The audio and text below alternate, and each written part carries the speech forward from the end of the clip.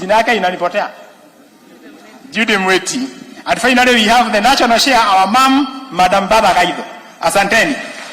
Wengine wakae niachwe na mom. Niko na vice secretary wangu anaitwa Jacob Derito.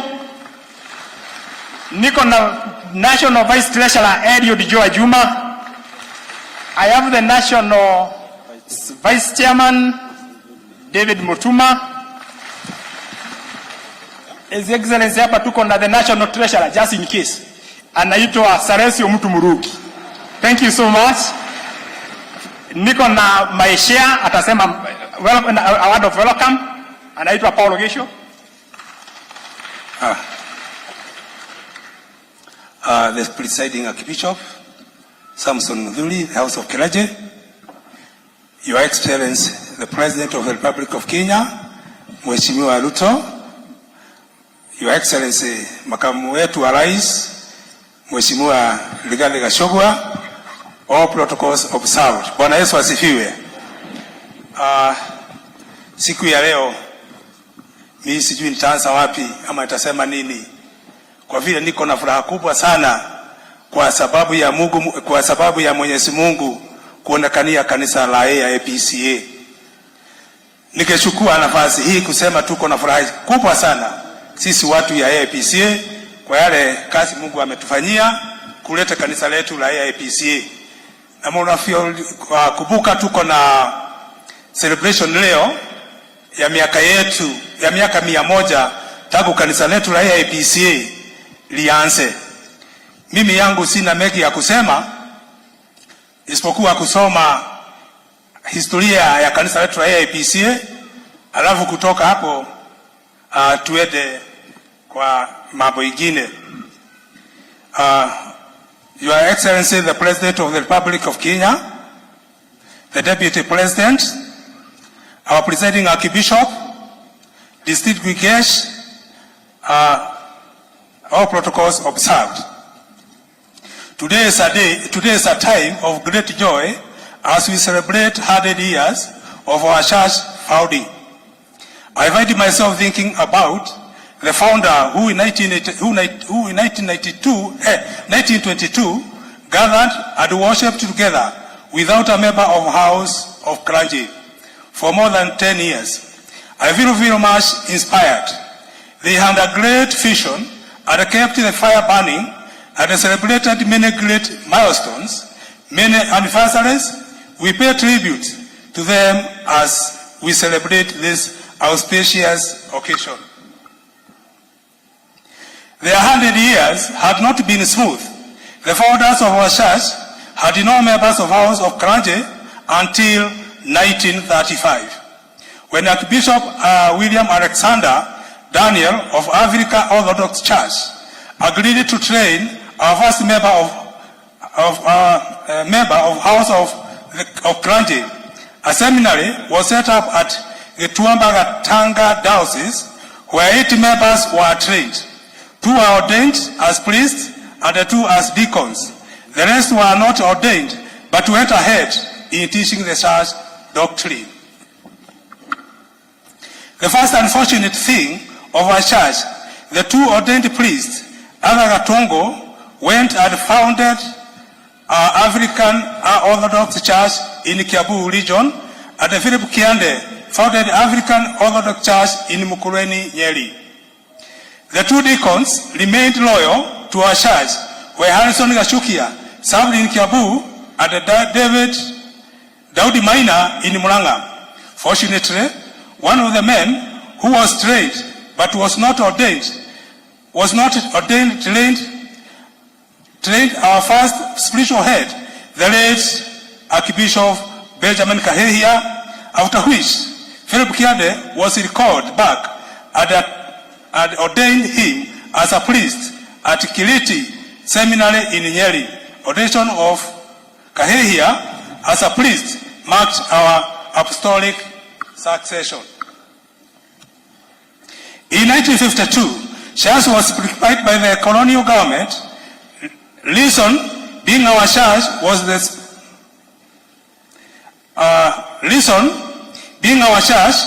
the spiritual wing of Mau Mau and our churches and the schools were used to administer oath for the freedom fighters. The most unfortunate thing to date, none of our governments have seen it worth to return our schools at a minimum compensate our church in any way 60 years after independence. This is a historical injustice.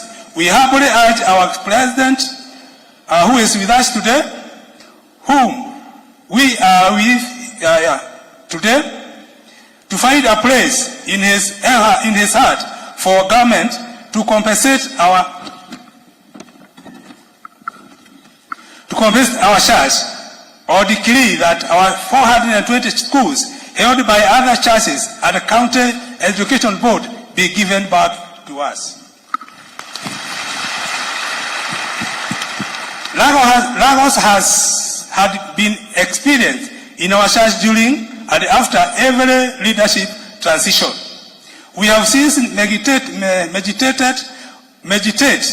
on this by drawing a new constitution that is all-inclusive and that have vested authority to institutions rather than individuals. This initiative has brought our church united and never again fights one another. We are today celebrate this unity.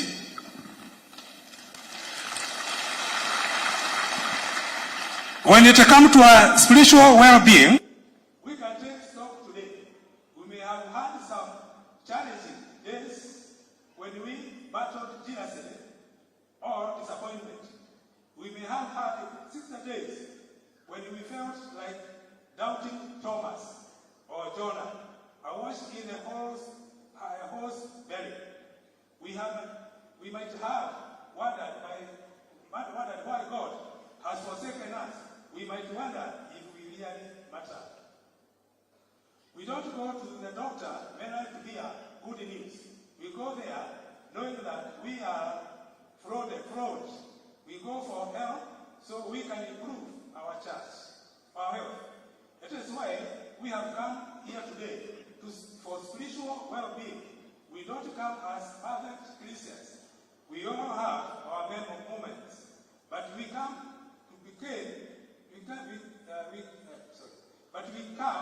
to become better Christians, more spiritually and healthy. So I remind you, good Christians, because you are at heart, even when you fall short, that this anniversary is a time to take stock in your spiritual health, to reflect upon it, and to open yourselves to the good medicine that is founded in worship and fellowship. We can all improve our spiritual well-being by striving to becoming the Christian we know the Lord wants us to be. Each day of the year is an opportunity to be better. May we all achieve this goal. Thank you, and God bless you. Thank you, once again, Your Excellency. Thank you. Now let us hear a word from our national chairman, who is also a spouse to the late Dr. Gaito. Thank you very much. Your Excellency, the President of the Republic of Kenya, our Deputy President, our protocols observed, the Supreme Board, we thank God for this particular time where we are gathered here to celebrate 100 years since the inception of AIPCA. We are just so grateful to the Lord that He has brought us this far. It has not been easy. There are those that have said AIPCA makes a lot of noise. But we wish to say, in making our noise, we drive our point. And it is also good to know the struggles that we have gone through kind of brought us to making the noise. But now here we are. Your Excellency, we are telling you this. There was once upon a time when people would say AIPCA is comprised of the old age. Look at what you see here today. Very vibrant persons. And we thank God for the life of these faithfuls. And as much as we lost 2 generations in illiteracy, because the parents that were supposed to educate their children were jailed and others were killed. That generation went that way in illiteracy. But today we have taken our children to school. We have everything what it takes. We have every profession within ourselves. And this is our prayer and our humble prayer, that any opening that you get in your government, kindly fix some of us there. Kindly. Our bishops that you see behind here, they are not full-time ministers. And most of them are holders of higher learning certificates. And we know they can do things in the country. The other thing is this, that the church has really grown. Despite whatever we have grown, go to AIPCA, churches see how we have done it.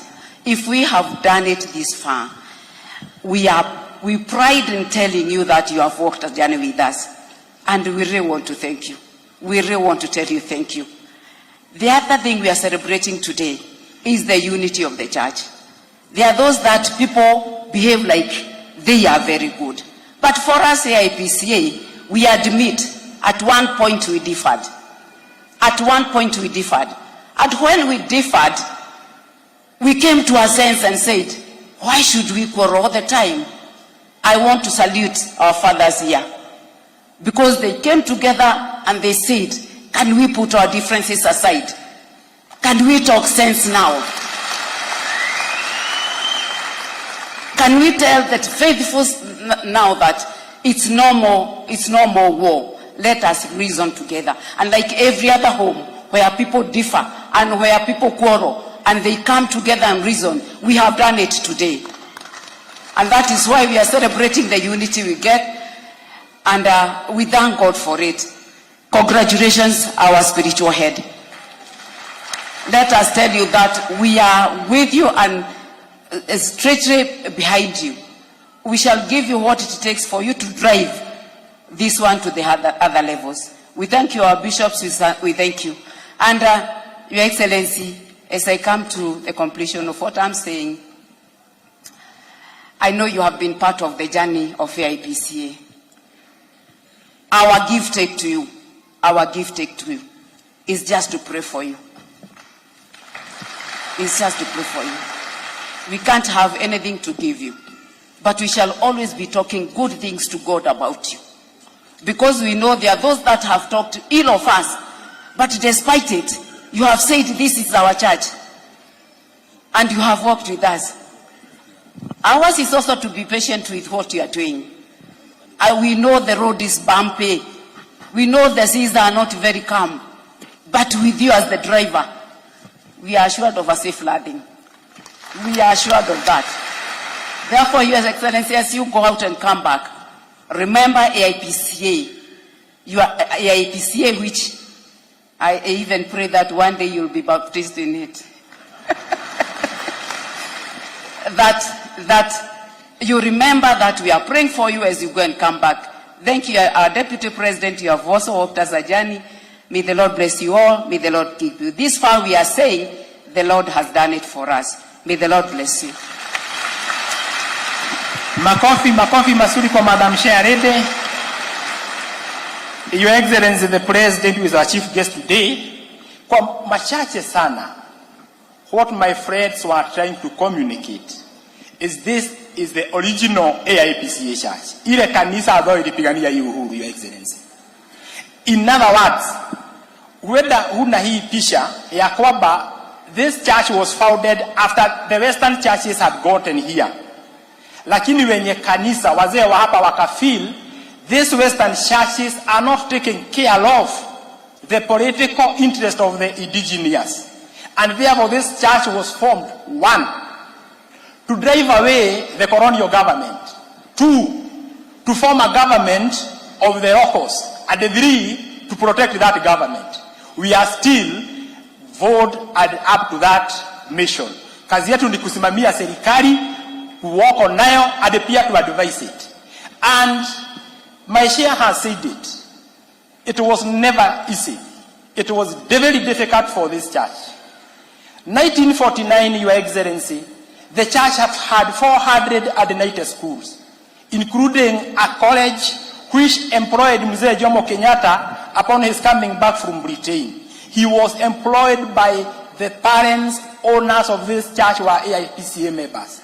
In 1952, October 20, the church was burned. Its properties taken by other churches which were government-friendly. Its schools taken away, some by government-friendly churches and others by the DB. It is an impact which 60 years after we have not been able to recover from. But fortunately, you came right on time. I remember that day 7 years ago.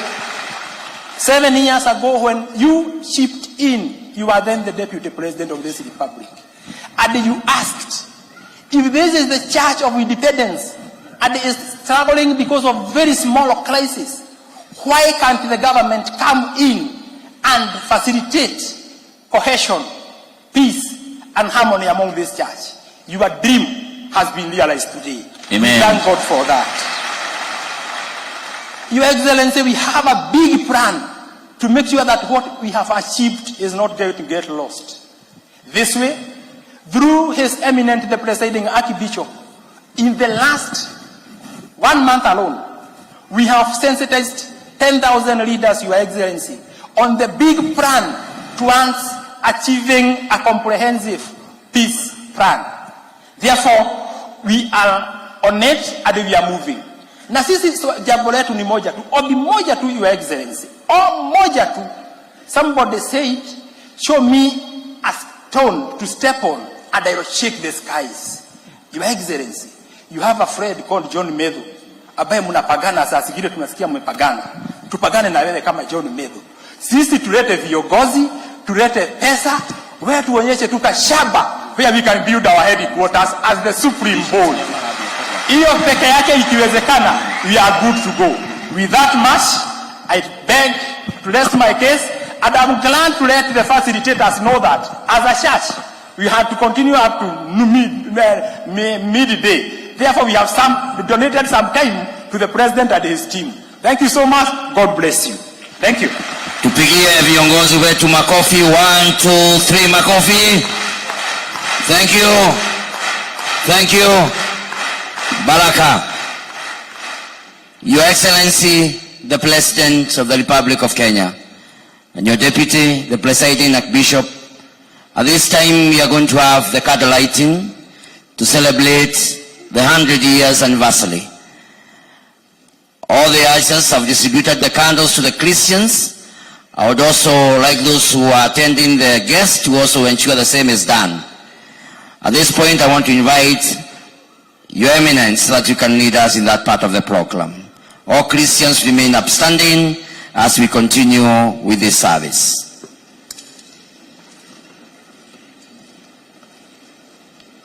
We have a Kikuyu song that we normally sing. Ihigare atenema niguhida halewe. That's a key song for this occasion. That song, then you go the others. As people rise up. Ihigare atenema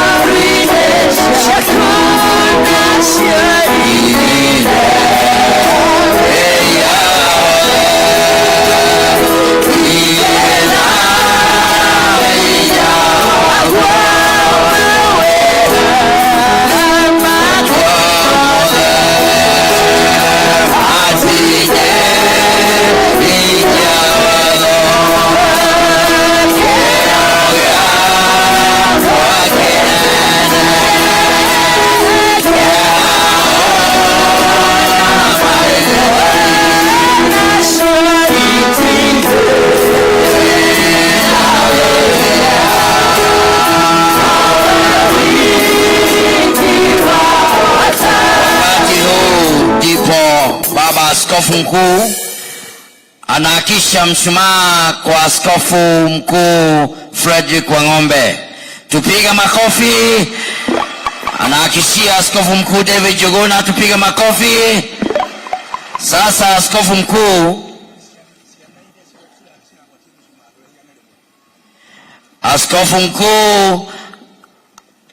anapeleka mshumaa ambao ni ishara ya mwangaza na uwezo wa Mungu kwa His Excellency the President of the Republic of Kenya. Na siku ya leo ni ya maana sana. Ni siku ya maana tunapokuwa pamoja na baba wa taifa akiungana nasi katika kuadhimisha miaka 100 kutoka wakati huu kanisa ulianzishwa. Ni ishara kubwa ya upendo, na huu mwangaza utatupeleka mbali. Tupigie baba askofu mkuu makofi tena akifika mahali baba wa taifa amesimama. Tupiga makofi wakati baba taifa amepata mwangaza, ishara ya imani ya AIPCA. Nauliza wale watoto 100 wale walikuwa wametayarishwa, ambao ndio wanasimamia the 100 years, waweze kuletwa karibu.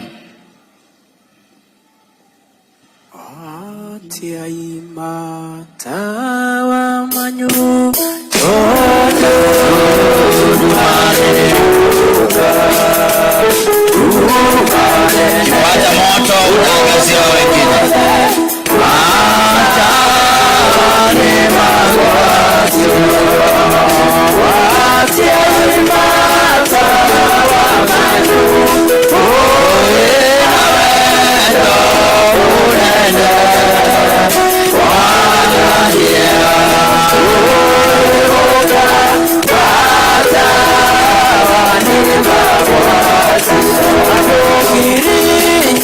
Ukishukua mwangaza unapatia wengine. Aye makombete iwe na iwe ate inoe kusoka wate imada wamatu uwe na wendo munene wadia kueuka wata wani magwati kikona wende kionesio siago tonya sito walikano ulalimo waga kugiana kanya watiani mata majumu inawendo munene wadia kueuka mata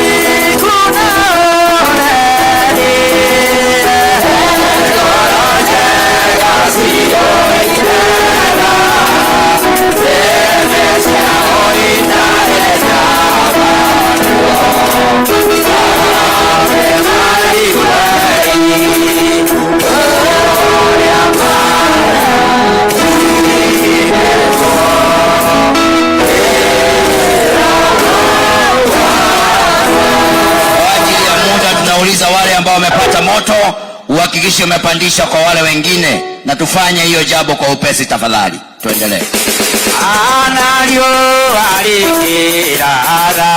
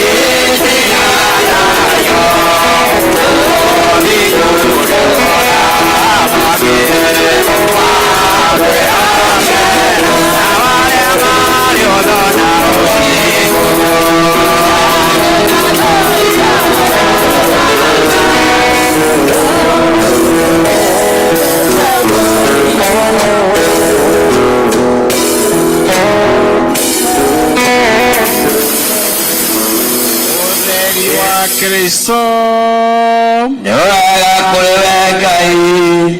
Utheri wa Kristo niwega kuliweka hii. Utheri wa Kristo niwega kuliweka hii. Asante. Sasa unaweza poesha mshumaa wako alafu tuketi.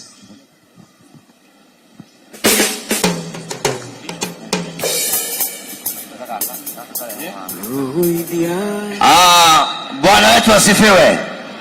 Pigia Yesu Kristo makofi, changwe na vigelegele. Hiyo mwangaza ni ishara ya kwamba kanisa limefikisha miaka 100 kutoka wakati kanisa ilianzishwa. Wakati huu ndipo tunaenda kujiandaa kusikia speech kutoka kwa presiding archbishop.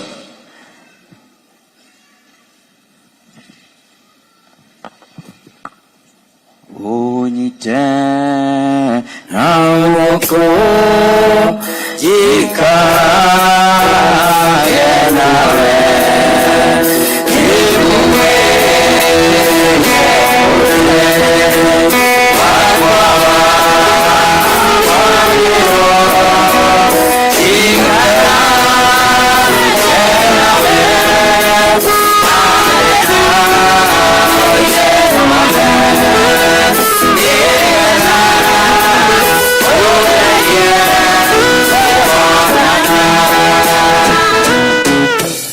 It is now my humble duty to invite His Eminence, the presiding Archbishop, to give his speech. In the name of the Father, the Son, and the Holy Spirit. Karibu. Amen.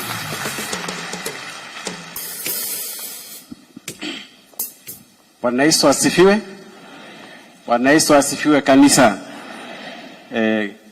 Archbishops, bishops, His Excellency the President of the Republic of Kenya, His Excellency the Deputy President of the Republic of Kenya, His Excellency the Governor of Nairobi County, present with us, viongozi wa kanisa letu la AIPCA na umini wote, Bwana Yesu asifiwe.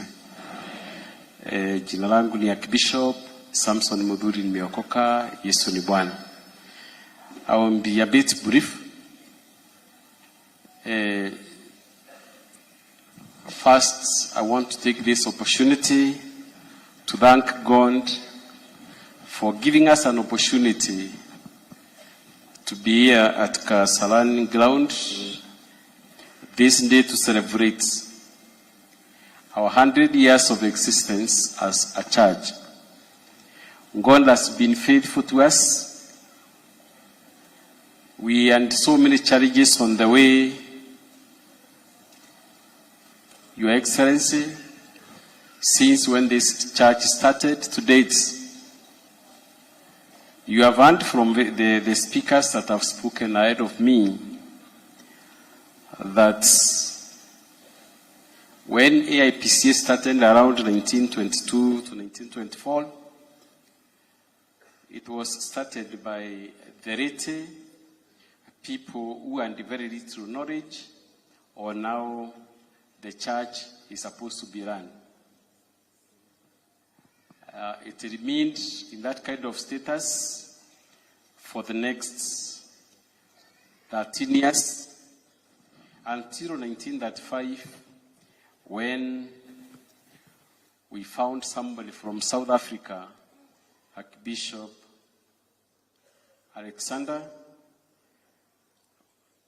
who was a member of the Orthodox Church, and he assisted us in constituting a theological or a Bible school to train our ministers, who would later on take over as the leaders of this church. We continued to grow from one strength to another one until the time it was mentioned in 1952, when we met with another challenge. Our church was closed down by the colonial governments. For the rest of the period that the Kenyan government remained a colony of Britain. After that, the government allowed the church to start afresh. But the Secretary General has mentioned that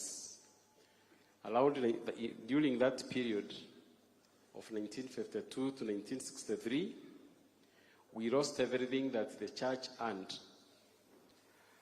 to some went to other churches, others were simply destroyed, and the others became government property. Like the college the General Secretary talked about at Kidongoli, it was standing where the government office stands today, in Kidongoli town. Therefore, we had to start the church again without anything. But let me say, despite all those challenges, and even internal problems that we have experienced, I can report to His Excellency, this church has grown both spiritually and even physical infrastructures.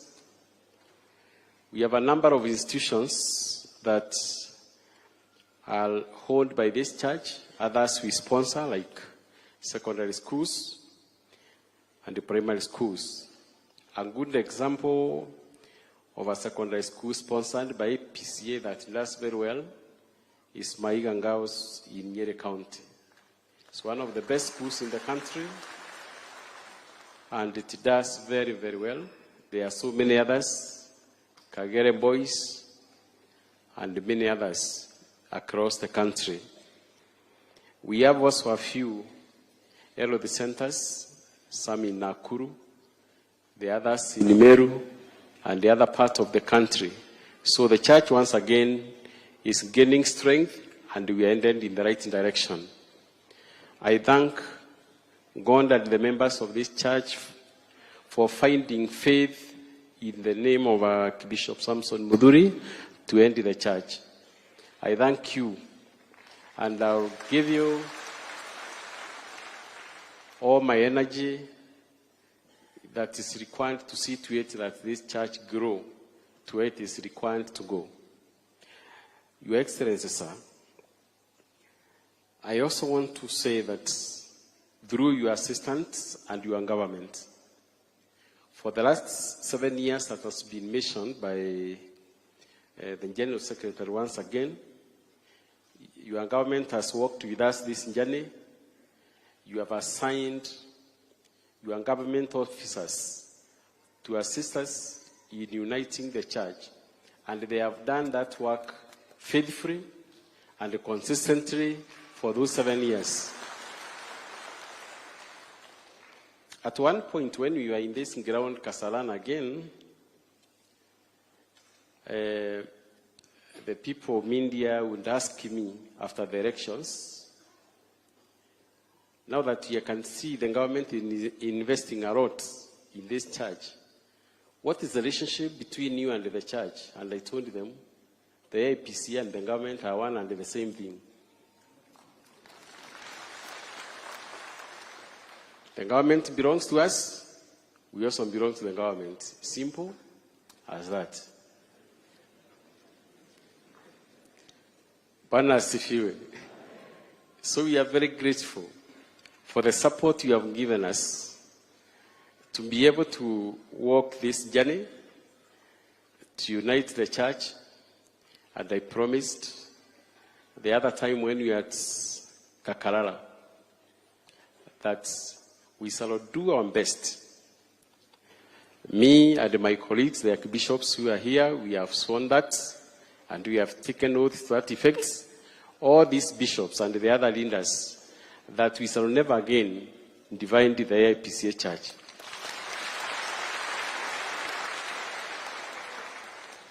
Bwana asifiwe.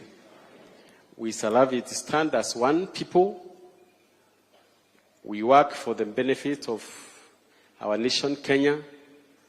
We continue praying for the governments of this republic that has assisted a lot in achieving our goals. Anytime we call upon our governments, they listen to us. And the truth to it, you can see the end of state and its deputy.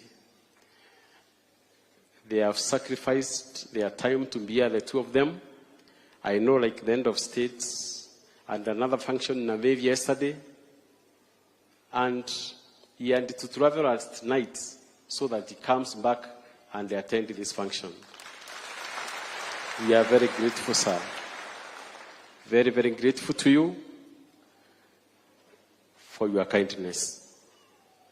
So without spending a lot of time, I will only remind Your Excellency one request that has been made by our Secretary General once again, that the only challenge we are having currently is the ground where we can put up our headquarters as an institution.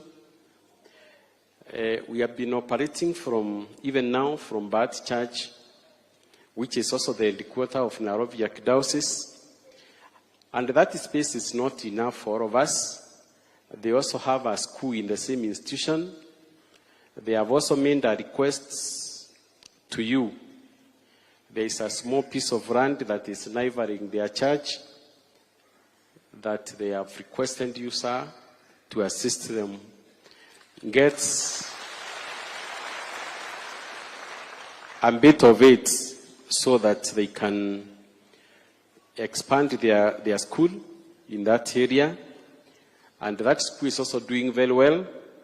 We are proud of it as a church. So if you, Lord, Your Excellency, you can be able to assist us in that area, we promise you within the next few years, this church will be a completely different church from what it is today. Finally, now to the members of the AIPCA Church, we have a new constitution in place, and I know all of you are aware of that. We deliberately decided to have the church come back to where it was some years back, and subdivide it into 3 archdioceses for ease of learning and organizing the church. And those 3 archdioceses will be headed by the archbishops that are here present with me. One of them will be headed by Archbishop Frederick Wangombe. The other one will be headed by Archbishop David Jogona. And still, being the end of church, I'll also be ending another archdiocese. And we promise we shall do the best to ensure, with the help of this bishop seated here, we do the best to make sure that the church grows. Under the same constitution, the Supreme Board established some directorates again, which will help us grow the church. One of them is education and training. We need to train our people. We need to manage our institutions of running very well. That directorate will once again be headed by one of my archbishops standing next to me here, David Jogona. And I've trusted in him. He's a seasoned educationist. He has even been a principal of a school, and I know that docket will handle it to the best of his ability. The other doctorate will be missions and evangelism. You already know that we have gone out of this country, and the AIPCA Church has a branch in America in a state called Washington State. I'm very sure in the next couple of months, this church will be in our neighboring country, Tanzania. And that docket is ended by Archbishop Frederick Wangombe. And I know he is also capable of doing that, and he will do it to the best of his ability to see that our church is spread across the country and to the neighboring countries.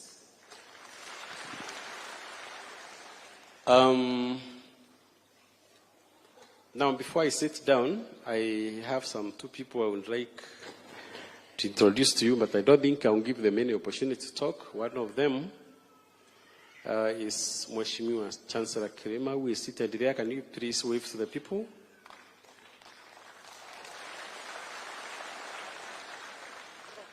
Okay, huyo ni mjumbe wetu kutoka pande ya Meru, Immense Central. I also have another visitor with us and a good friend of us, the Secretary General to NCCK. I think where unaweza ku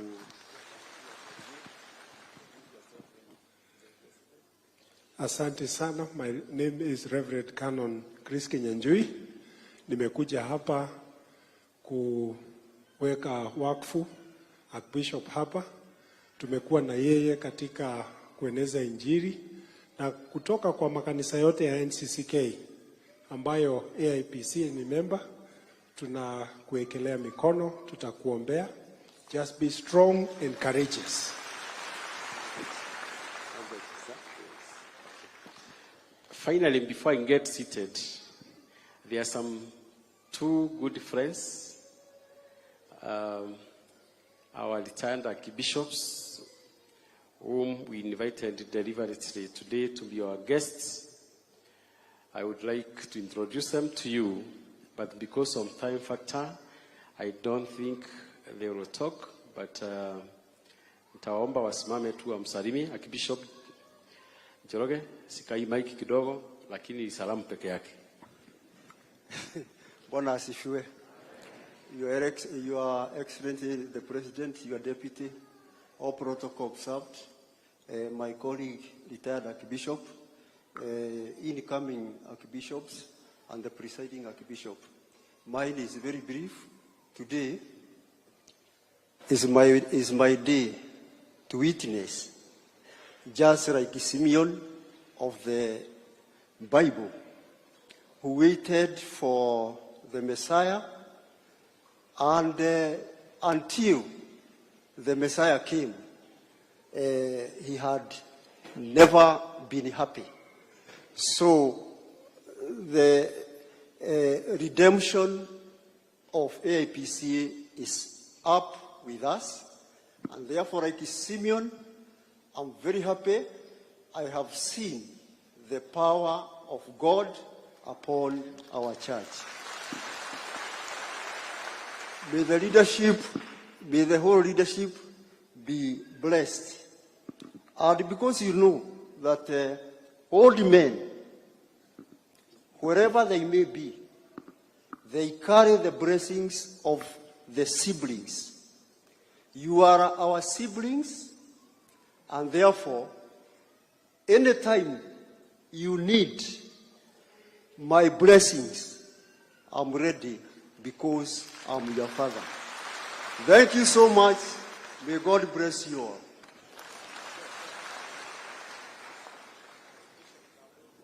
Thank you, thank you. Yangu majina naitwa Archbishop, retired Archbishop Amos Mathenge Kahodho, na Yesu ni Bwana. Na wakati wa leo si wakati wa kusungumza, lakini ni furaha, tena furaha yenyewe haina kikomo. I can tell you, our president and his deputy, now the church is one. The church is one. Make sure that sisi wote tusaidie maaskofu wote, hata waumini huko manyumbani, tusije tukalete kanisa itakuwa kanisa ni nini? Kanisa ni nini? May God bless you abundantly. Thank you very much. Thank you very much. Mine is done. At this time, I'll call upon whoever is now taking the other session to take over and lead us within the remaining section. Mungu ambariki na mkirudi nyumbani muende na safari njema. God bless you. God bless you. Please. Naomba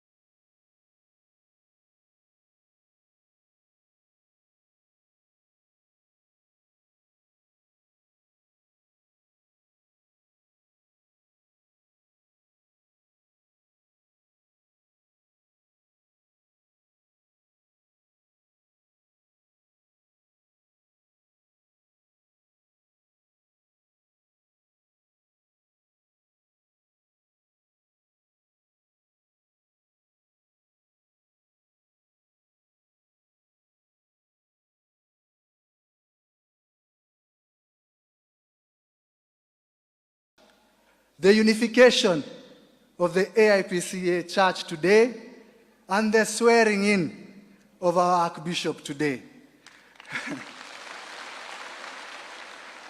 So I want to welcome you again and again, because I'm a proud member of Parliament when I say I'm hosting this church here.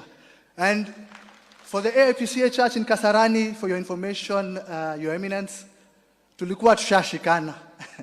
We were always together, we've prayed together, and they are a big reason for my success.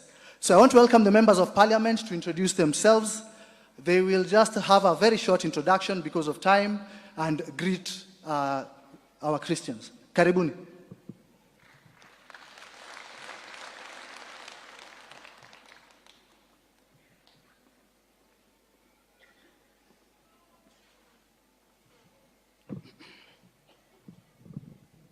Thank you, Your Excellency, the President of the Republic of Kenya, Your Excellency, the Deputy President, Your Excellency, the Governor of Nairobi, Your Eminence, all Archbishops,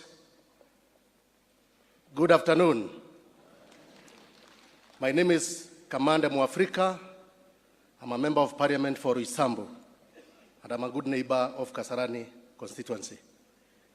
Your Excellency, allow me to take this opportunity to congratulate His Eminence for his ordination today.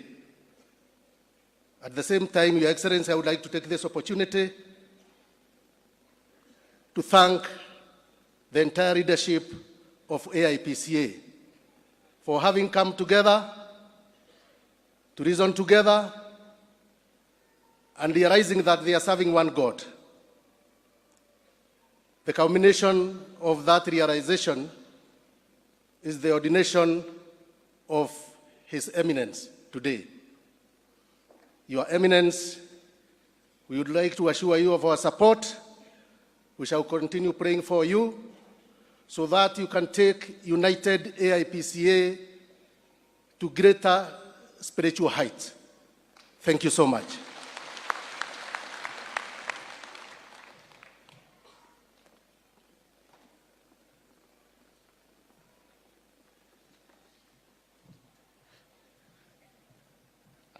Your Excellency, the President of the Republic of Kenya, Your Excellency, the Deputy President of the Republic of Kenya, our archbishops, and the congregation, Mungu ni mwema, na kila wakati.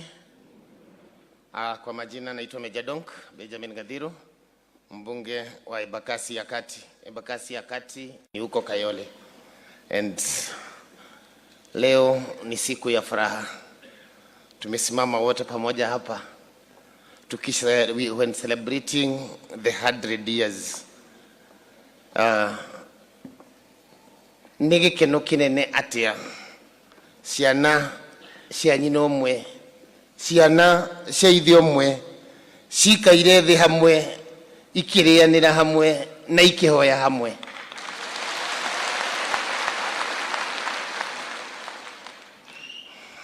Archbishop Pangombe, I know you're my friend. Bahati rafiki yetu. Archbishop Jogona, asanteni. Archbishop Mudhuri, karibu, tumefurahi. Umenifurahisha. Juzi ndio umenipea a branch in Kayole. Kayole ni kubwa sana. Sikuwa na AIPCA. Ilikuwa inabidi niende Soweto, na ya Soweto mlikuwa mnaiita Kayole. Hiyo iko Embakasi East. Ile nyingine iko huko Jiru, karibu huko Jiru karibu na kanisa nyingine huko.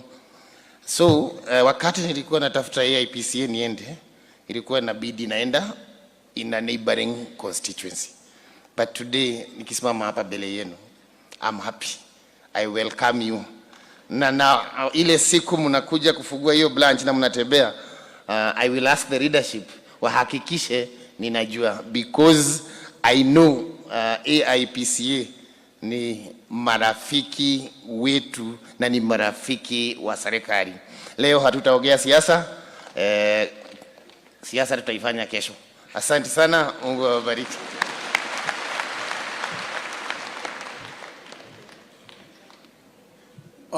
His Excellency, the Head of State, the Deputy President, our Father of the Church who has been anointed today to take the mantle, your predecessor, all congregations, good afternoon. My name is James Gakuya. I am a member representing just a neighboring constituency known as Embakasi North. I also host a number of independent churches. I came to know this church back in 1972. I was introduced to the church by my late grandmother from the end of Ambadea Ridge, a place known as Kanderendu, and I have been always a friend of the church. I have been always desire the way this church has been high spirit and the way this church has managed themselves. Today is a milestone, noting that the church has already concluded a whole century. That's a big milestone, and this marks another beginning. And going forward, we have seen and witnessed a very good transition. And this, to me, it marks a very good beginning. And the church has shown a very serious growth. And this, to me, noting that the chair is just my neighbor, and his church is just at Korogocho there. We know each other very well. But sometimes at the Mindro there were some turbulences. But today, the turbulences has come down, and now the fight will be at its control. And we hope and pray that now going forward, Archbishop Mudhuri, the mantle you have been anointed to, is going to take this church to another level. This church, it has very strong fellowship, and take the mantle strongly, move the fellowship of God and the team together, and together we shall work together and find and see at the end of the day the fruits that this church has yielded to. About the properties and assets, I hope that the government, you have just stated very clear, the government and you are one. And therefore, you and the government will decide the way forward. Thank you very much. God bless you.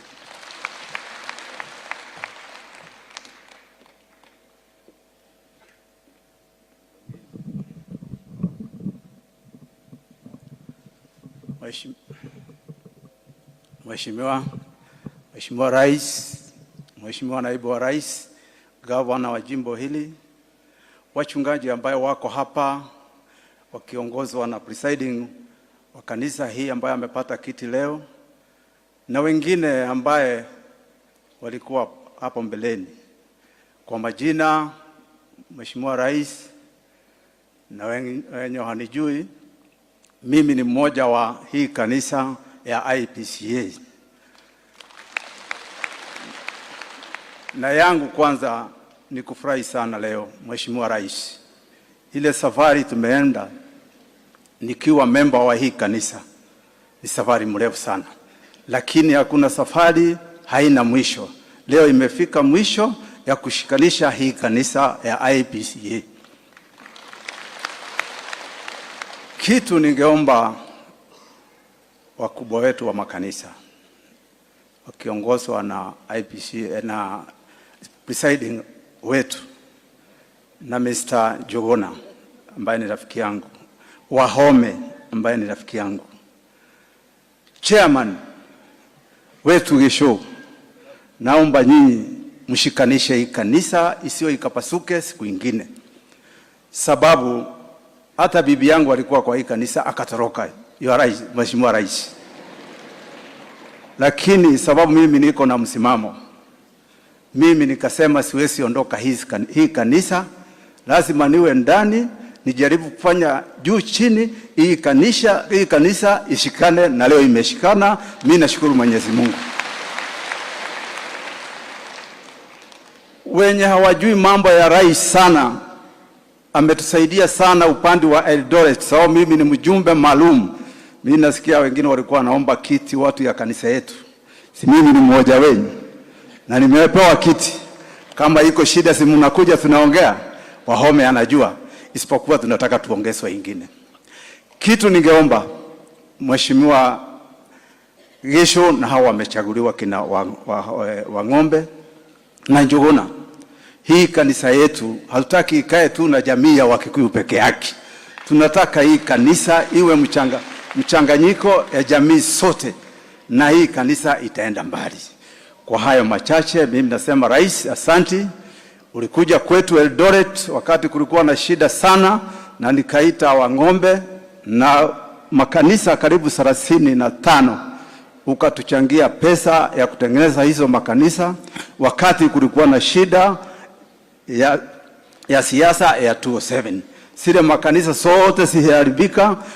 Mheshimiwa Rais, ulikuja ukiwa naibu wa rais na ukatuchangia milioni 5,500, na siku hiyo ilikuwa pesa mingi sana.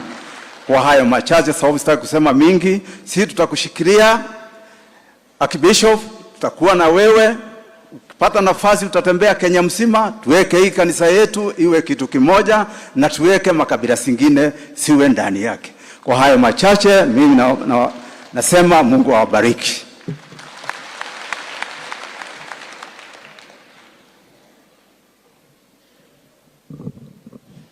Haya. Bwana Yesu asifiwe. Ai, Bwana Yesu asifiwe. Watu wakiwa miaka 100, si mnafurahi? Basi nisalimieni mzuri. Bwana Yesu asifiwe. Asante. Your Excellency the President of the Republic of Kenya, the Deputy President, and all protocols observed. Our Presiding Archbishop and the House of Clergy. Yangu ni machache, ni kufurahi kwa sababu ya yale yote tumepitia na yale Mungu ametuwezesha kufanya. Tushukuru serikali kwa sababu 2018 nilipomleta Deputy President by then kanisa ya Bahati, na tukaongea naye akatupatia appointment kwa ofisi. Ile kazi tulianzia kutoka hiyo siku mpaka wa leo. Hata nyinyi mnajionea kwa macho. Si mnaona? Si mnafurahi? Ni kazi mzuri ama si mzuri? Na kwa sababu serikali ilisimama na sisi. Kwa sababu His Excellency, when he was the Deputy President, he decided to stand with us. He took us to State House. And by then the President of that time, I listened to the Deputy President by then, and he invested on the peace process of this church. Sincerely, it is our time to return. Ile tunasemanga kurundisha nini? Kurundisha nini? Tumshikilie angao sai serikali na mambo yote iwe sawa. Ya kuomba tu ni His Excellency the President. Look at those 3 gentlemen who are ahead of you today. The Presiding Archbishop and the 2 Archbishops. Look at them with 2 eyes, willing eyes. Uone pale mmetoka na wao na pale mmefika. Na kanisa, ninakumbuka hata wakati mwingine uchungwa kwa upande wa security.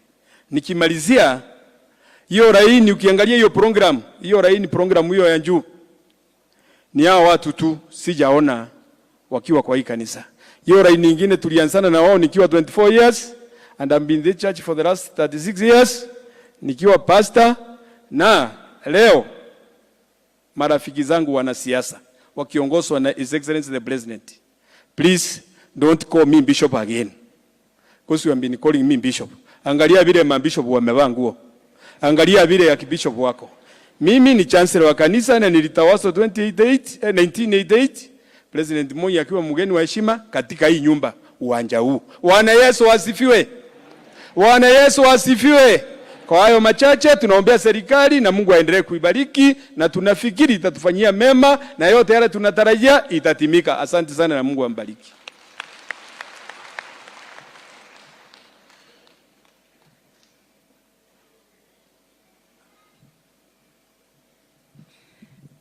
Asante sana, Your Excellency, President William Samoei Ruto, our Deputy President Rigathi Gachagua, our Presiding Archbishop Mudhuri, Archbishop Wang'ombe, all protocols observed. Ngai nĩ mwega, kanitha wa independent. Na hĩndĩ ciothe yangu nataka kuwashukuru sana, Your Excellency. Unajua kanisa independent ilianza Nyeri County. Na ninataka kuwashukuru sana kwa sababu wakati tulikuwa na vita kubwa sana, independent mlitushikilia kabisa kabisa. Amukirai ngatho ciakwa. Ya pili, ninataka kuambia Presiding Archbishop na the other Archbishop, this is the day that the Lord has made. Ati kanisa ya independent mumeshikana nyinyi wote pamoja. Mimi nitataka tuendelee kuombeana, muendelee kuombea hii serikali yetu na muendelee kutushikilia, na Mungu akiwa mbele tutaweza kuendelea mbele pamoja. Ya pili, Your Excellency, niko na share wetu wa Mukaro Diocese. Unakumbuka wakati vita ilikuwa kubwa sana kule Nyeri, ulikuja ukasupport hawa mama na 5 million shillings. Unajua mkiwa pamoja ni mukuhota guteithio. Kwoguo munyitane, tuthie na mbere na kuhoya. Unajua hii kanisa independent ndio nyinyi mnasemanga kusema na kutenda. Kwa hivyo mimi sitasema mengi. Mimi naitwa Mukami Maendeleo Mashinani, na mimi kama si kanisa independent singekuwa mama county wa Nyeri. Asanteni sana, tuendelee kuishi pamoja. Mungu awabariki.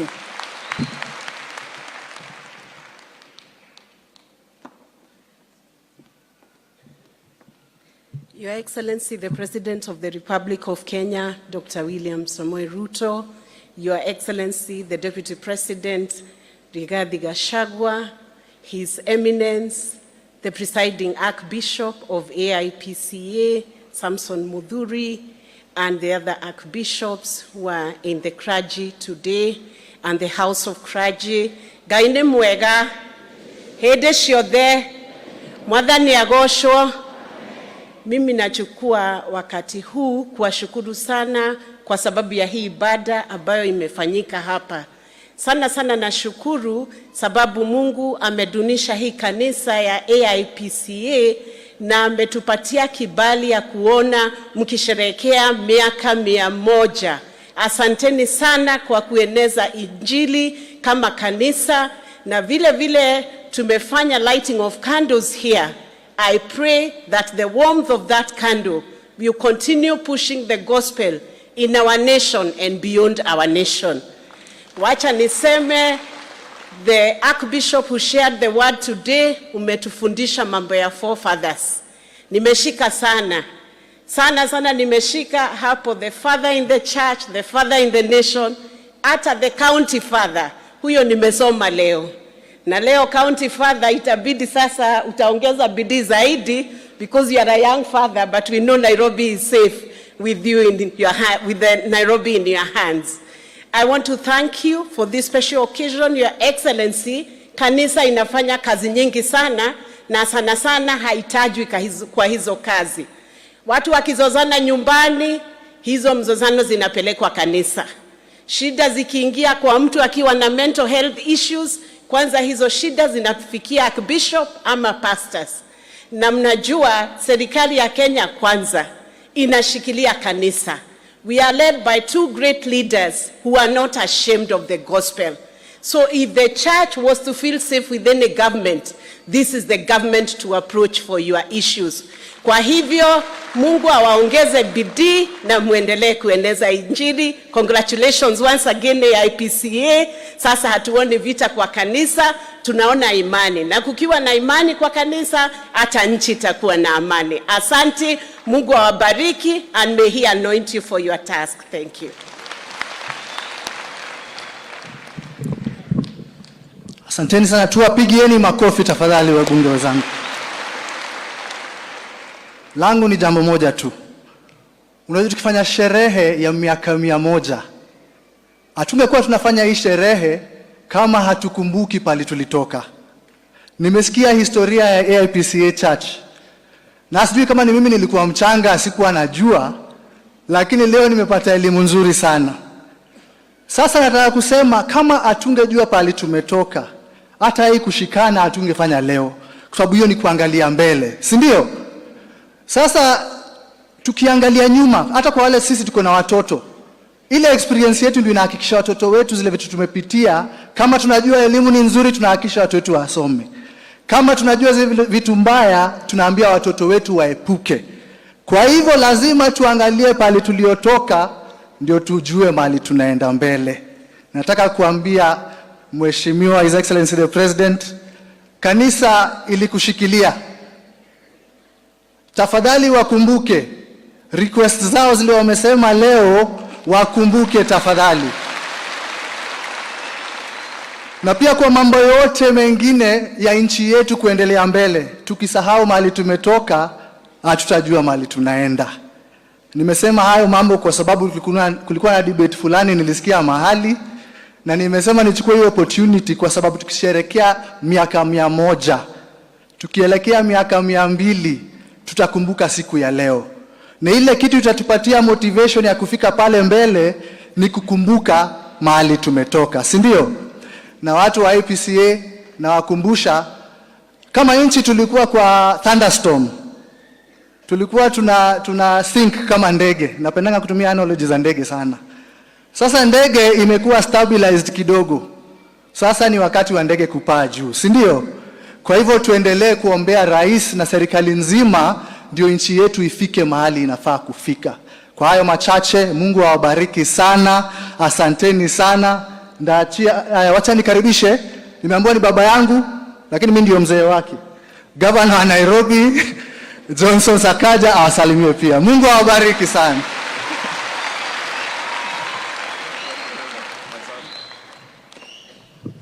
Asante, that is a good son. Mwathani agocwo, Ngai ni mwega, na idi ciothe nyonai na moko twi hamwe kanisa ya ID. The very most reverend, His Eminence Archbishop Samson Mudhuri, Archbishop Frederick Wangombe, Dr. Juguna, Your Excellency the President and our Deputy President, na viongozi wote ambao mko hapa leo. Mimi ni member wa AIPCA and I'm very proud of 100 years. Excellency, mimi ni member wa AIPCA Dandora. Na niko kwa fellowship ya Waefeso. Na najua pastor wangu Stanley ambaye alikuwa deacon sasa amekuwa pastor, I'm sure is around somewhere. Yako wapi? Ndio huyo. Asante sana. Hii kanisa yetu, Your Excellency, is a strong pillar of our country. The history of Kenya cannot be read without a huge chapter to the independent church, AIPCA. So we congratulate you, hongera, kwa miaka 100. Sio rahisi. Inaonyesha how serious the church is. Your Excellency, hii kanisa imesimama na wewe. Wakati hata kule Kenol tulikuwa tunatupiwa tear gas, hii kanisa ilikuwa inasimama na wewe. Wakati ulikuwa makamu wa rais na mambo ilikuwa ngumu, walisimama na wewe. Na pia mimi, mumesimama na mimi sana. Archbishop Wangombe is like my dad. He always would advise me and counsel me. Tangu nitafute kiti ya senator, mulisimama na mimi. Nikatafuta kiti ya governor, mkasimama na mimi. So nidamushokeri ya gatho kabisa, asanteni sana. Na kwa sababu ya hiyo, kusimama na mimi na kusimama na rais, si lazima kushokia guoko. Kanatiguo? Lazima turudishe mko? Zile request tumesikia. Hapo bahati, mnajua nilikuwa hapo. Archbishop, you took me around, I saw the space that you were looking for. Your Excellency, rais ukinipa tu ruhusa, nikae na waziri wako wa ardhi, tutatatua haraka sana. Between the county government of Nairobi and the national government. Simesema you are one and the government is one. Na pia county ya Nairobi is one with the church of AIPCA is one. Sasa nini itatushinda? Ukiliza Kamau, chairman wa AIPCA Soweto, we've been having that challenge ya shamba pia huko, but the county is supporting in court. We have given you the best lawyers. The county is taking the position of the church in that matter ambayo tuko kotini. Na pia kumekuwa na attempts ya kunyakua mashamba ya kanisa. I was talking to my MCA anaitwa Mwangi wa Iria kule Kayole. We have overcome all of those challenges because we are one with the church. Ile ningependa kusema, Psalms 133:1. How good and pleasant it is when brothers live together in harmony. It is like precious oil running down the head, running down Aaron's beard because of this unity that we have. May your unity be your marching anthem. May your unity be the song that you sing every day. And may you give an example to all the other churches, especially all of those that are younger than 100 years, by you staying united. I'm very happy because I know the president is passionate about hii kanisa yetu. Na mnajua ile safari mmetembea na rais kwa mambo ya umoja wa kanisa yetu. So sisi tuendelea kushirikiana na nyinyi. Tuko na mkutano na chairman Tuesday. Tuendelee kuangalia mipango. The women of this church, they know I'm their son. I've been supporting akina Regina na chair lady. Na pia vijana. As I finish, I want to give a message to the youth. I don't know if Chege Kinuthia is here, the chairman. Chege yako hapa. For the young people of AIPCA, and you know we've walked a journey.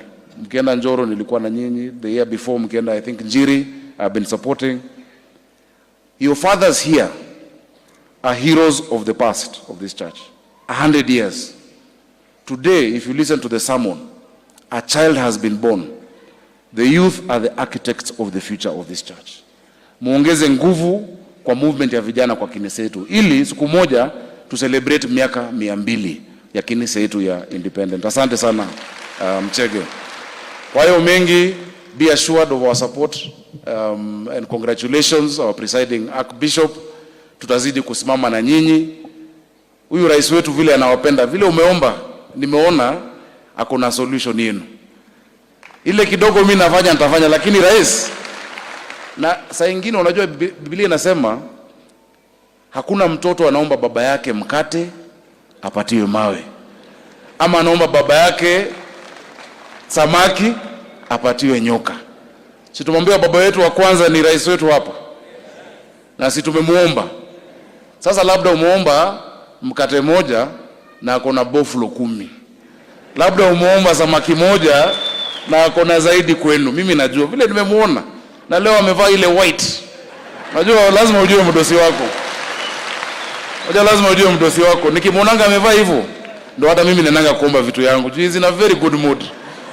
So stay close to him. Nimeona tuko na ndugu yetu Waziri Moses Kuria. Ningependa kumkaribisha aseme neno moja, kisha atamwalika Deputy President wa taifa la Kenya. Asanteni.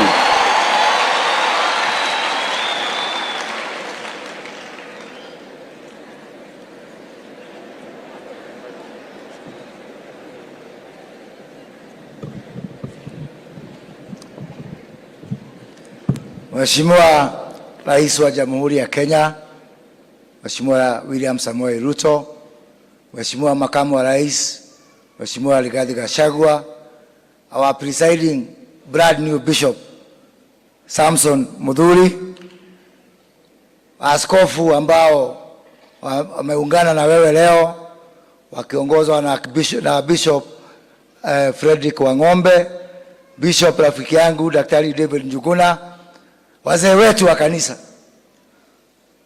Askofu Njuguna Njoroge, Askofu Amos Kabudhu Madhenge, na waumini wote. Bwana asifiwe. Bwana asifiwe tena.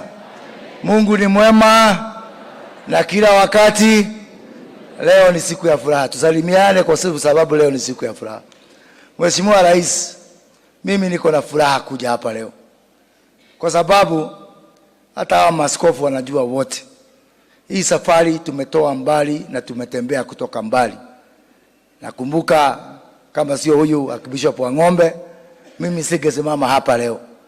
Niliposimama huko kwetu Gatundu, alikuwa bishop wangu, na alikuwa sababu yake niko hapa, na sababu yake niliingia kwa bunge. Na nilipoingia tukafanya kazi na huyu Archbishop Kabudhu, kazi ngumu sana, tukiwa na azma kwamba hili kanisa litakuja pamoja. Nakumbuka Mheshimiwa Rais, wakati tulikuwa tunamtawaza huyu Bishop Njoroge ambaye ako hapa, ni wewe nikakualika, nikakuleta hapa. Wakati mambo ilikuwa ngumu sana, ukakubali na ukakuja hapa. Na hata wakati huo tulikuwa tunaamini ya kwamba ili kanisa litakuwa pamoja.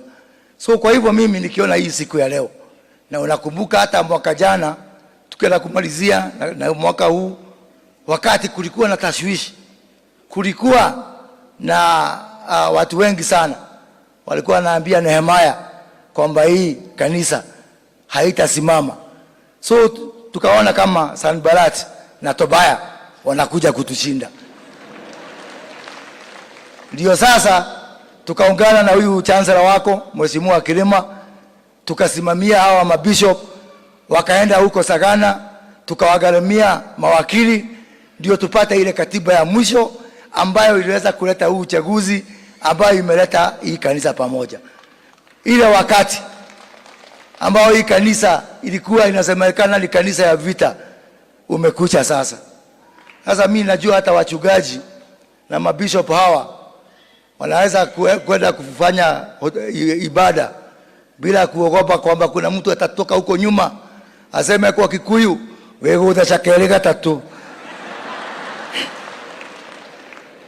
Sababu kutoka hapa hii kanisa, mwelekeo ambao mmeweka ni mwelekeo ambao ni wa amani na mwelekeo wa kufanya kazi pamoja.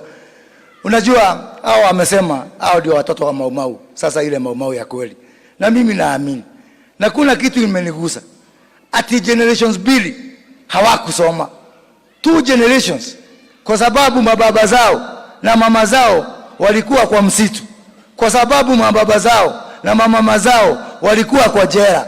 Sisi kama serikali pengine hatuwezi kurudisha mashule, pengine hatuwezi kurudisha hiyo mambo yote, lakini sisi tuko na deni yenu, na dawa ya deni ni kulipa, na najua chini ya serikali ya Rais Ruto hii deni tutalipa. Mwisho, Mheshimiwa Rais, vile gavana amesema, historia ya hii kanisa ikiandikwa, wewe uko na ukurasa hapo, na historia yako ikiandikwa, hii kanisa iko na ukurasa hapo. Na mimi naona kama hii kanisa, ukurasa yako katika kitabu yako kutakuwa na sura moja itakuwa inaitwa vita ya Kanja, na sura ya pili itakuwa inaitwa vita ya Keno. Unajua pahali umetoka na hawa watu ni wako, hawa watu ni wa serikali, na mimi niko na hakika ya kwamba chini ya uongozi wako tutafanya kazi pamoja, tulipe hii deni. Adoaidi ni mwendo wa kanisa igere ria kwina hathayo gorode wa mufea bara ya ima ngaigona ni disesa gatuka waidi ngaitwa mrathime na mweke wega sana. Asante sana Waziri Moses Kuria.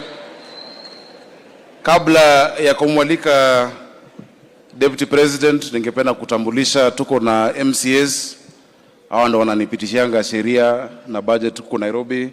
Nitaomba wasimame tu pali wako, they can wave. Naona Mheshimiwa Wairia wa Kayole North, naona Mheshimiwa Chris Mtumishi wa Komarok, naona kiongozi wetu wa UDA katika County Assembly, huyu huko nje tunamwitanga Bishop, but hapa hatuwezi kumuita Bishop, anaitwa Kiragu kutoka Waithaka in Dagoretti South Constituency. Kuna mwingine yoyote? Kuna yule Mofire the Medu kutoka Kayole Central. Asanteni sana, tuwapigie makofi. Now it is my honor kualika kijana mwingine pia wa Maumau, the Deputy President of the Republic of Kenya, Bwana Rigathi Gachagua.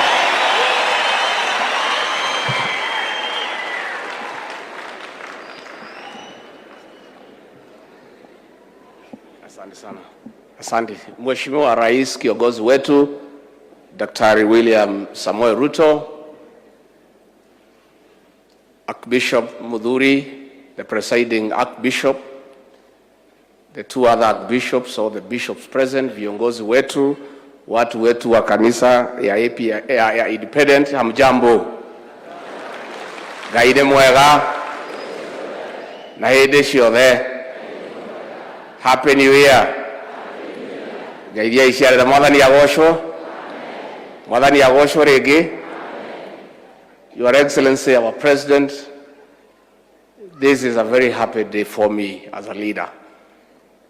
I am on top of the moon that we are here to celebrate 100 years of the existence of this church when we are united, speaking as one. Much I'm happy. I know my boss, President William Ruto, is even happier than I. The President loves this church, and he agonized for many years. He was troubled and very concerned when there were different factions. Hao wanakuja wanaongea na hao, anasikia wengine pande hii. And he started the journey to unite this church as Deputy President. It was his desire that this church be the way it is today. And when he became the president of this country, it was even more now urgent that as a symbol of the unity of Kenya, he could not continue engaging with different functions. Na ndio rais akaniamrisha alipoingia kwa ofisi, haraka iwezekanavyo tuanze safari ya kuunganisha kanisa hili letu. Na ndio mimi nikatafuta hao viongozi, tukaanza mazungumzo, na nikatafuta maofisa wawili wakanisaidia, PS wetu wa internal security Raymond Omoro, pigieni makofi, na huyu regional commissioner wetu wa Central Kenya Frederick Shisia. Na mimi nataka nishukuru hao maarchbishop, because it was not easy, because pia wanafurutwa na wafuasi yao, lakini walionesha uongozi. After various discussions ikakubalika ya kwamba kanisa ikuwe moja. Pia mimi nataka nipongeze Archbishop Frederick Wang'ombe. Uchaguzi uliofanyika wa amani, akakubali matokeo. Asante sana Archbishop Frederick Wang'ombe, because that's the way it should be. Na tunataka kuambia viongozi wa Kenya to learn from huyu Archbishop. Uchaguzi ukiisha, unakubali nini? And you support the winner. Na Archbishop ndia hujia wega muno auga ithuothe tumutie tumwathikire tumunyitirire Archbishop Muthuri. Asante sana Frederick Wang'ombe. Kwa hivyo mimi rais, mimi nafurahi sana kwa sababu hii kanisa ikiongea sauti moja, we know our government is safe. Sababu hawa ndio serikali. This is another government. Hii ni serikali ya rais. Na ikiwa inaongea sauti moja, it is good for this country. Na mimi nataka niombe viongozi tuendelee kukaa na umoja na amani. This church, Your Excellency, was a spiritual wing of the Lord Freedom Army, otherwise known as Mau Mau. But just as the Mau Mau people were neglected, this church, the spiritual wing of the Land Freedom Army, was neglected by every successive government. And now that they are united, they are speaking in one voice. Mimi nikimsikiza rais, na rais nikupongeze, wewe uliweka tariki hii. Kwa bahati mbaya, rais wa Namibia akaaga dunia, na mazishi ikawekwa jana na leo. Na nilipokuja kukuona nikakuuliza tutafanya nini, kwa sababu lazima usafiri kwenda Namibia. Wewe mwenyewe ukasema this occasion cannot take place in your absence. Na kwa mapenzi ya rais wetu kwa hili kanisa letu, alitoka jana na giza akaenda mpaka Namibia. Amemaliza, amerudi, amefika leo saa 8 ya usiku.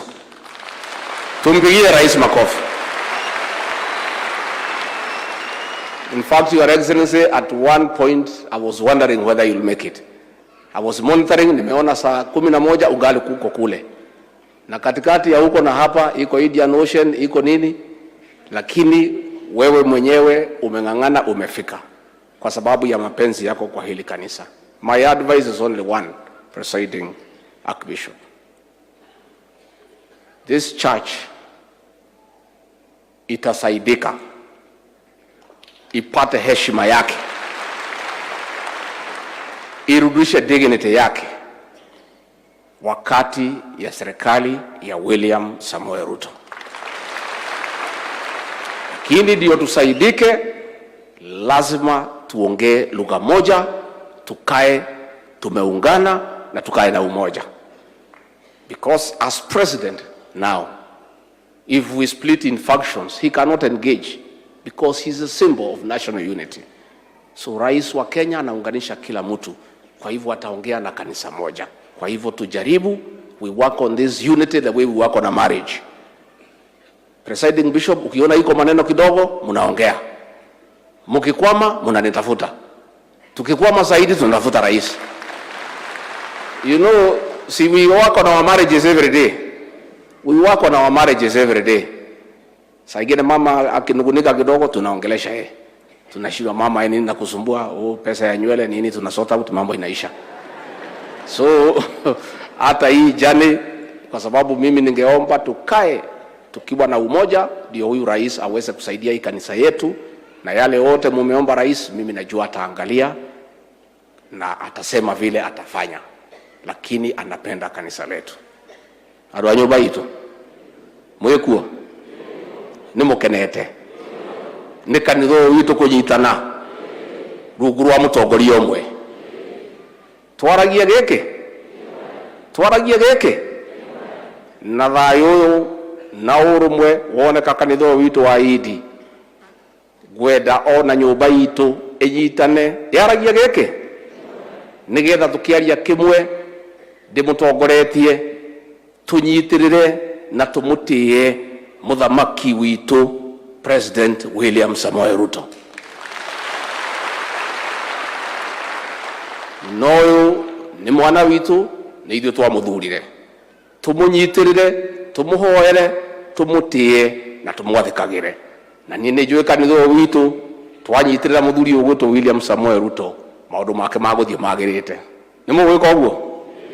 Koguo niĩ ndamwendera wega na ndakena mũno na ndĩmwĩre nĩ kwega na ithuĩ tũrĩ akenu tuona ũrĩa mũikarĩte wega tukiaria lugha ĩmwe twendanĩte tũgĩcira kĩmwe ũguo nĩguo andũ mathiaga na mbere na kanitha ũyũ witũ niĩ nĩ njũĩ nĩ ũgũkũra. Na mimi rais ni wa PCA, but I have spent more time kwa hii kanisa than PCA. Kwa hivyo mimi tutaendelea kuwa na nyinyi. Hapo awali nilitumia wakati mwingi kwa hii kanisa nikiwa dio, lakini sikuwa naenda kuomba. Nilikuwa naenda hapo na OCS na tear gas na nini kutenganisha hiyo watu. Nikaenda hasara mingi sana. Na nyinyi ndio mnajua hasara ya kugombana na kuwa hatuongei lugha moja. But now we are happy. Na mtatuona kanisani, mtaona rais kanisani, mtaniona kanisani, muendelee kukaa na amani. Mwe tayari tuamukire muthamaki? Yeah? Rwimbo rurerwa mutongoria umwe kana iguru ni muruwi. Ni mutikeinirie tukiamukira muthamaki nigetha tumwamukire na rwimbo rwa mutongoria umwe kana iguru nigetha amukirwa.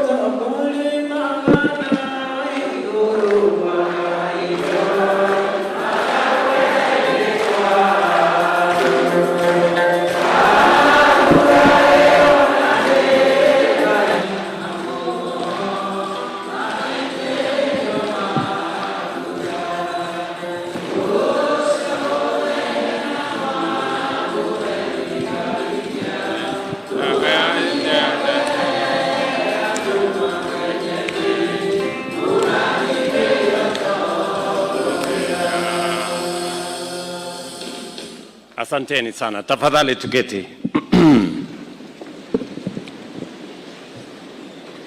Baba wetu Askofu Mkuu Samson Mudhuri, Askofu rafiki yangu Frederick Wang'ombe, Askofu rafiki yangu David,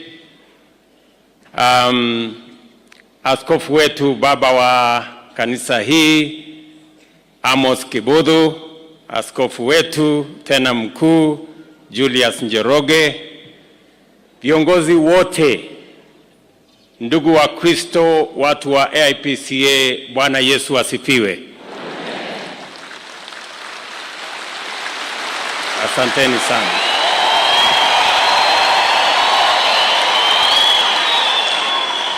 Ngaino mwega na hende ciothe Mwathani agocwo. Hebu tuseme Bwana Yesu asifiwe. Asanteni sana. Leo ni siku ya furaha, na sio furaha kidogo, furaha kubwa sana, kwa sababu leo tumekuja hapa kusherehekea mambo matatu ya muhimu. Ya kwanza, tumekuja sote kusherehekea miaka 100 ya kanisa la AIPCA. Na tunashukuru Mungu kwa hiyo miaka 100 tumeona wema wa Mungu katika hii kanisa. Mahali kanisa hii ilianza sio mahali ilipo leo, na tumekuja hapa kwa furaha nyingi kusherehekea miaka 100. Ya pili, tumekuja hapa vile vile kusherehekea umoja wa kanisa la AIPCA.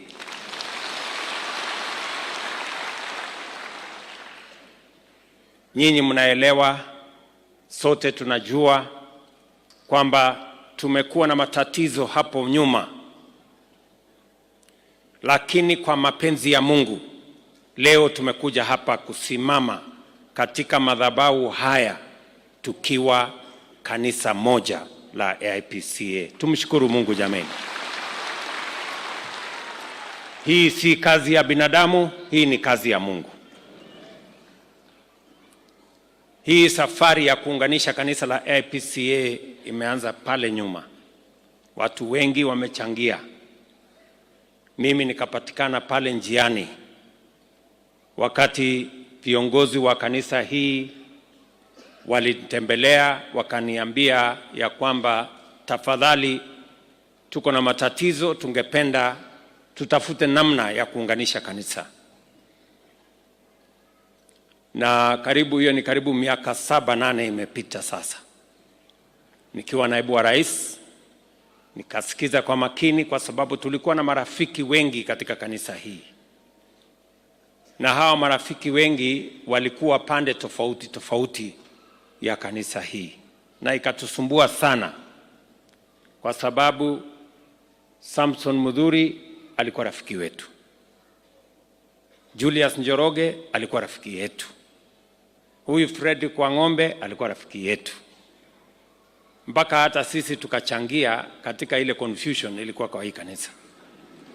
Kwa sababu tukiitwa na Njoroge tunaenda, ni rafiki yetu. Tukiitwa na Wangombe tumefika mapema kwa sababu ni rafiki yetu. Tukiitwa na Mudhuri hivyo hivyo. Sasa lakini mimi nataka nimshukuru Mungu. Mnajua neno la Mungu linatufundisha katika Mathayo 5:9 kusema heri wapatanishi, kwa sababu wataitwa wana wa Mungu. Kwa wale wote mlioshiriki katika kupatanisha kanisa hii, na wako wengi, mimi naamini vile neno la Mungu linavyotufundisha, mtapata sehemu yenu katika baraka ya Mungu kwa kuchangia kupatanisha kanisa hii. Huyu Bernard, Regina, Patha, wengine wengi tulikutana na wao tukatafuta namna. Wakati walikuja kwangu nikamwambia hii kukutanisha kanisa hii pengine inazidi mimi uwezo. Nikamwambia wacha nitafute kiongozi wa nchi. Na nikatafuta Rais Uhuru Kenyatta, na mimi nataka nimshukuru kwa sababu alichangia sehemu kubwa kuunganisha kanisa letu. Nimefurahi tena kwamba katika hiyo mchango, wakati tumechaguliwa mimi na naibu wangu, mimi nilimweleza huyu naibu wa rais kwamba mambo ya AIPCA inafanyika katika hiyo ofisi mahali umeketi, mahali nimekuachia. Na yeye pia akachukua, tukapanga vile ameeleza. Mimi vile vile nataka nimshukuru naibu wa rais kwa mchango wake kutufikisha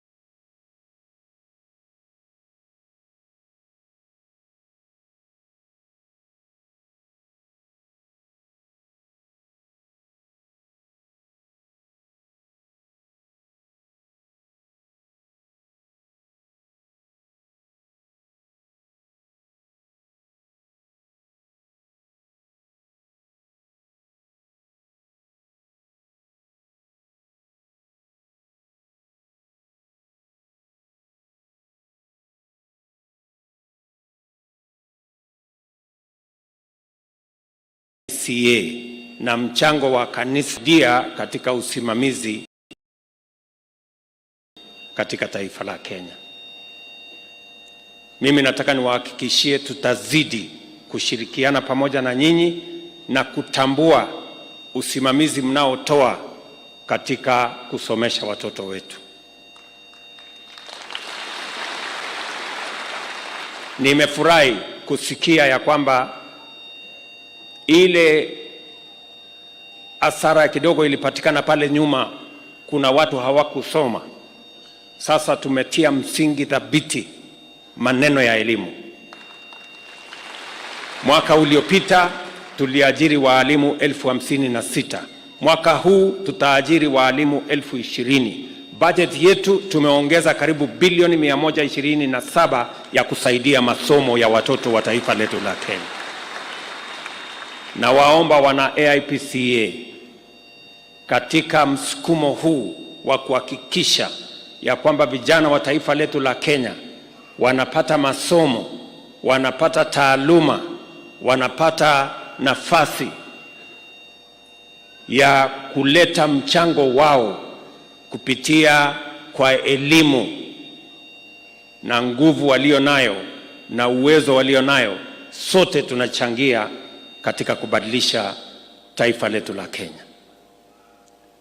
Mimi vile vile nataka niwaulize, azma yetu moja ni kuhakikisha ya kwamba tunaondoa aibu ya njaa katika taifa letu la Kenya. Na waomba tena mushirikiane na sisi katika kuzalisha chakula katika taifa letu la Kenya. Kwa sasa tunaagiza chakula kiwango kubwa kutoka nje. Tunatumia karibu bilioni 500 kila mwaka kuagiza chakula kutoka nje. Na hiyo chakula tunaweza kuzalisha hapa Kenya. Tumeamua kama serikali ya kwamba badala ya kutumia pesa zetu kuagiza chakula kutoka nje, mahindi, ngano, mchele na yale mengine yote, kwenda mbele tutasaidia wakulima wetu Kenya wazalishe chakula hapa Kenya na tutumie hiyo pesa kununua chakula kutoka wakulima wetu. Mungu ametujalia kwa sababu mwaka uliopita tulipata mvua ambayo haijapatikana Kenya karibu miaka 7-8. Tunazidi na kumwomba Mungu atupatie tena mvua mwaka huu na miaka yajayo, ndio tuweze kwa pamoja kuhakikisha kwamba tunazalisha chakula. Na mimi nataka niulize kanisa la AIPCA mshirikiane pamoja na sisi ili tuweze kushughulika na kazi hiyo. Kazi ingine ya muhimu ni vile vile kuhakikisha kwamba vijana wa Kenya wanapata ajira. Tuko na vijana wengi wakiwemo wa AIPCA ambao wamemaliza shule, wako na certificate, wamemaliza college, wako na madiploma, wamemaliza university, wako na madegree, lakini nafasi ya kufanya kazi Kenya haijapatikana. Shege ambaye nimeambiwa ndio chairman wa vijana katika kanisa hii, nataka umobilize vijana wa AIPCA ili tuungane na wao katika ile nafasi tumepanga ya ajira Kenya, program ya affordable housing, program ya value addition agro processing manufacturing, program ya digital jobs, program ya export of labor. Hiyo mipango yote tunataka kujumuisha vijana wetu wote wa Kenya ndio tuweze kuhakikisha kwamba wanapata ajira. Vijana wa Kenya watoe mchango wao kupeleka taifa letu la Kenya kutumia nguvu, elimu, taaluma ambazo wamepata. Na ya muhimu ndio nifupishe, ni mambo ya matibabu. Nyinyi mnajua tuko na community health promoters 1,100 sasa katika taifa letu la Kenya. Tuko na program ya sheria mpya 4 kwa sababu tunataka kuhakikisha kwamba hakuna Mkenya tena atauza mali yake kulipa gharama ya hospitali. Tunataka gharama ya hospitali ilipwe kwa taratibu, serikali ya Kenya itapanga. Na wauliza wana AIPCA, tuungane katika mpango huu, mtoe mchango wenu, public participation, mtoe maoni yenu, ndio tuweze kujua vile tutapeleka Kenya mbele kwa pamoja. Mwisho, ni kweli kanisa la AIPCA ni kanisa ya kipekee iliyosimama kupigania uhuru wa taifa letu la Kenya. Kama kuna mashujaa, watu wajasiri, ni watu wa kanisa la AIPCA.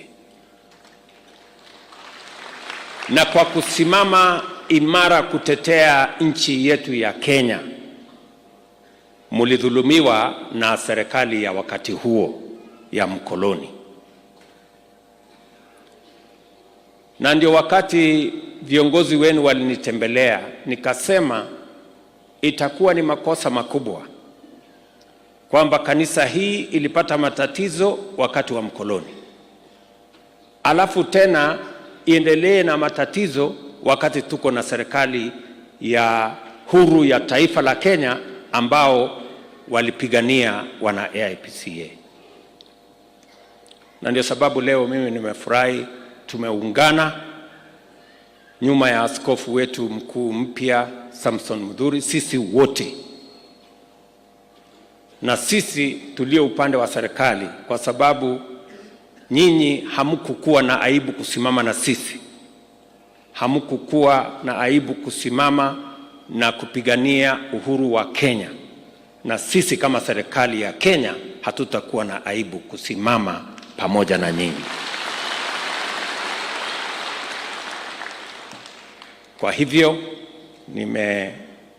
nimeambiwa ya kwamba mko na college, kwa sababu nimesikia mambo ya college. Hawa maaskofu wetu ni vizuri tuwe na college ya kufundisha hawa maaskofu wetu, ndio waweze kutusomesha neno la Mungu kwa njia inayofaa, kwa sababu Biblia inasema na mtajua ukweli na huo ukweli utawaweka huru. So hiyo kujenga college yenu ya kanisa, Askofu Mudhuri, nimeambiwa ya kwamba mko na shamba, na nitapanga na hawa watu yangu tuwapatie milioni 50 ya kumaliza hiyo ya kutengeneza hiyo college. Na hiyo pesa isipotosha, murudi kwetu.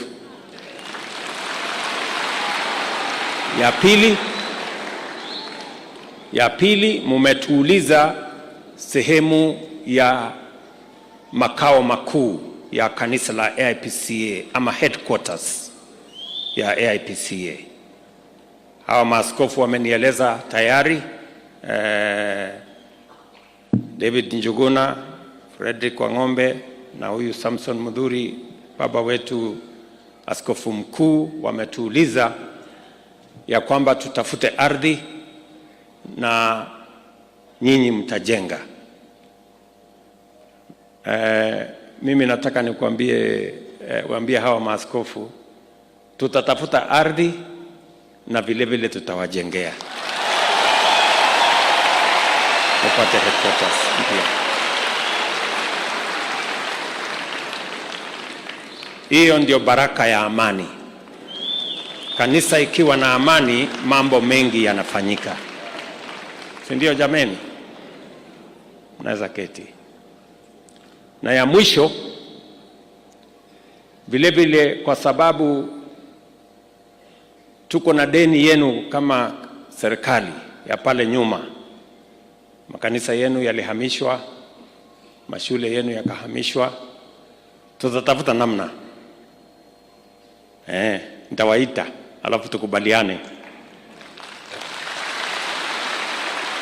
ili tuwatafutie sehemu ambayo sisi kama serikali tutatengeneza, ambayo mnaweza kupata pesa ya kuendesha kanisa lenu.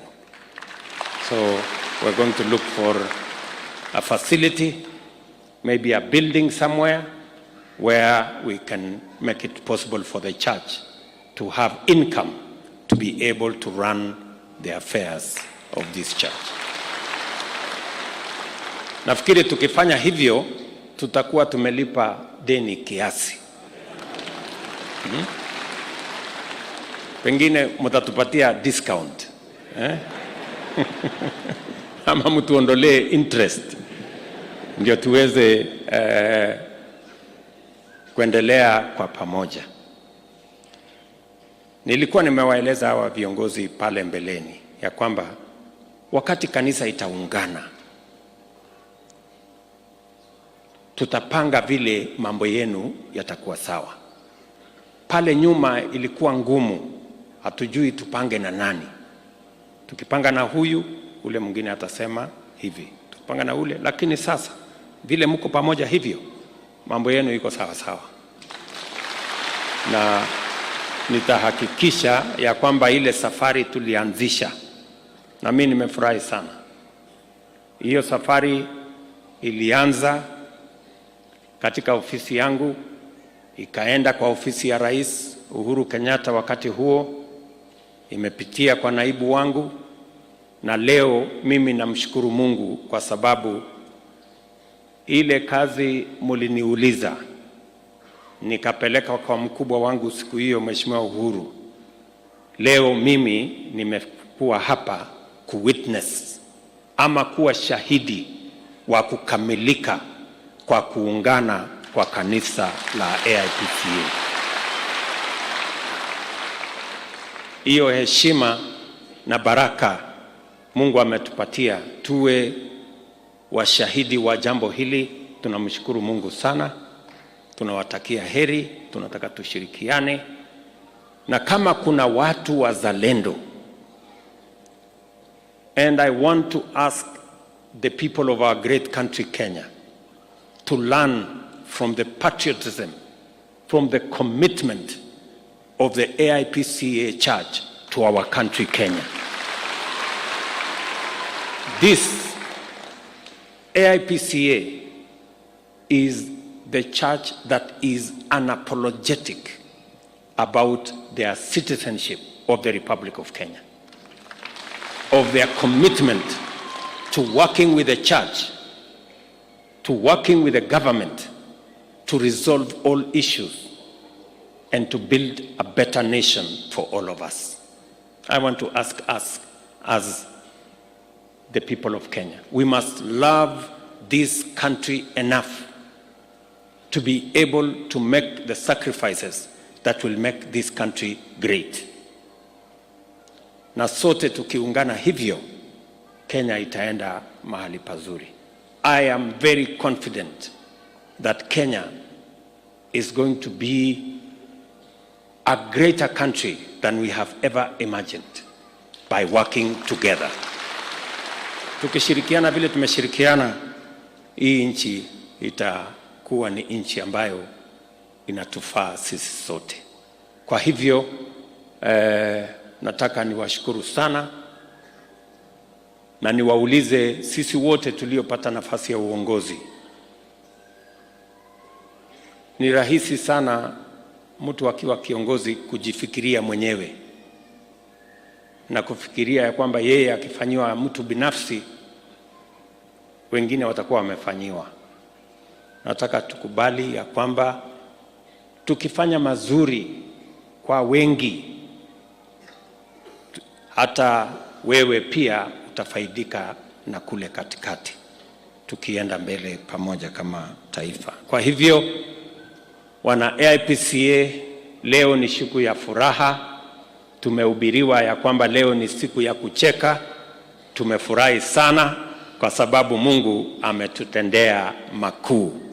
Asanteni sana. Mwathani amurathime. Mungu awabariki jameni, na tunawapenda sana. Tumpongeze rais mara nyingine kwa makofi. Asante sana Mheshimiwa Rais kwa hotuba yako, na kwa sasa naomba tubaki tumesimama ili tumalizie kwa benediction. Kwa hivyo